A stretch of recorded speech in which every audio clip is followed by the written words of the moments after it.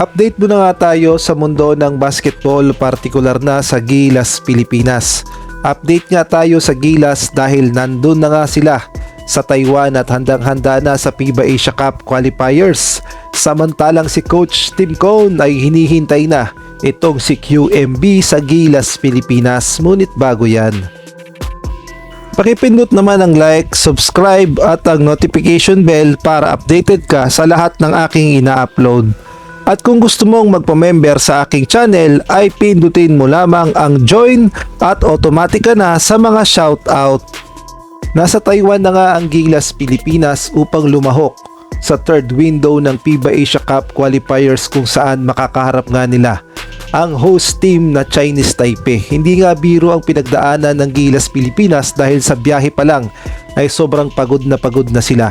Dahil alam nating lahat na kakagaling pa lamang nila sa Doha, Qatar at dun nga sila lumaban ng pocket tournament kung saan nakaharap nga nila ang Egypt, Lebanon at gayon na rin ang host country na Qatar. Kaya naman masasabi nating wala pa talagang matinding pahinga ang Gilas, Pilipinas dahil puro biyahe nga ang nangyari sa kanila.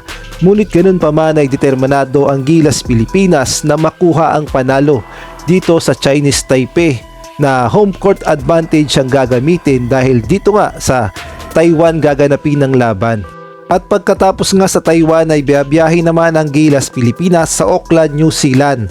Ngunit meron naman silang 2 araw na pahinga na pagitan dahil sa February 23 ang laban nila kontra naman dito sa New Zealand at masasabi nating dito talaga masusubukan ang lakas ng Gilas, Pilipinas at kung effective ba ang ginawa nilang pagsali sa pocket tournament sa Doha, Qatar at kung may a-apply ba nila to kontra sa New Zealand at kung muli ba nilang makukuha ang panalo. At masasabi nating unpredictable talaga ang magiging performance ng Gilas, Pilipinas kontra Chinese Taipei at New Zealand dahil alam nating lahat na kulang sa pyesa ang Gilas, Pilipinas dahil wala nga Kai Sotto na na-injured pa.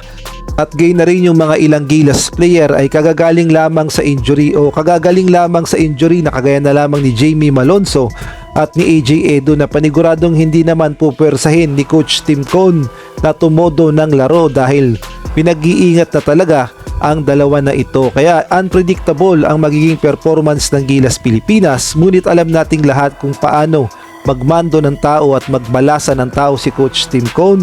Kaya naman paniguradong may panalo ang Gilas, Pilipinas. At lahat nga ng laban ng Gilas, Pilipinas ay magkakaroon ng home court advantage ang kanilang makakalaban. February 20, Thursday, 7 PM, Philippine Standard Time versus Chinese Taipei. Gaganapin ang laban sa Taipei Haiping Basketball Gymnasium. At February 23, Sunday, 10 AM, Philippine Standard Time versus New Zealand sa Spark Arena, New Zealand. At bago nga tayo magpatuloy, shoutout muna nga tayo kay Jeffrey Cruz, Marcelino Junior Cruz, Salvatores, Catherine Vigilia, Kuya Moto TV at kay Jamie Amadar. Isang malaking shoutout din kay Chodoro Alonso, Malyari Mascareñas, Ronald Verbosidad, Nel Herbito. Shoutout din kay Mario Martin, Lynn Cordero, Mary Grace Sigua, Tirso Maceda Tirs, Edmond Kibalsopnet at kay Robert Aquino. Samantalang ito namang si Coach Tim Cone na hinihintay na si QMB sa Gilas, Pilipinas. Nabuhayan nga ng loob ang mga Gilas fans nang malaman na inaasikaso na pala ng SBP ang mga papeles ni QMB na magpapatunay sa FIBA na eligible siya as local player sa Gilas, Pilipinas. Kaya naman pala natagalan ang proseso dahil ayaw mapahiya ng SBP sa FIBA kagaya na lamang ng nangyari kay Jordan Clarkson na hindi naman pala eligible at ayaw nga nilang maulit ito dito kay QMB. Kaya naman matindi ang prosesong ginagawa nila at pagsala sa mga papeles bago nga ipasa sa FIBA. At ayon nga sa report ng Abante Sports Now, si Coach Tim Cone pala ay hinihintay na talaga ang status ni QMB para sa Gilas, Pilipinas. Ang sabi nga ni Coach Tim Cone sa naging panayam sa kanya, you would have to contact the SBP for his status of his papers.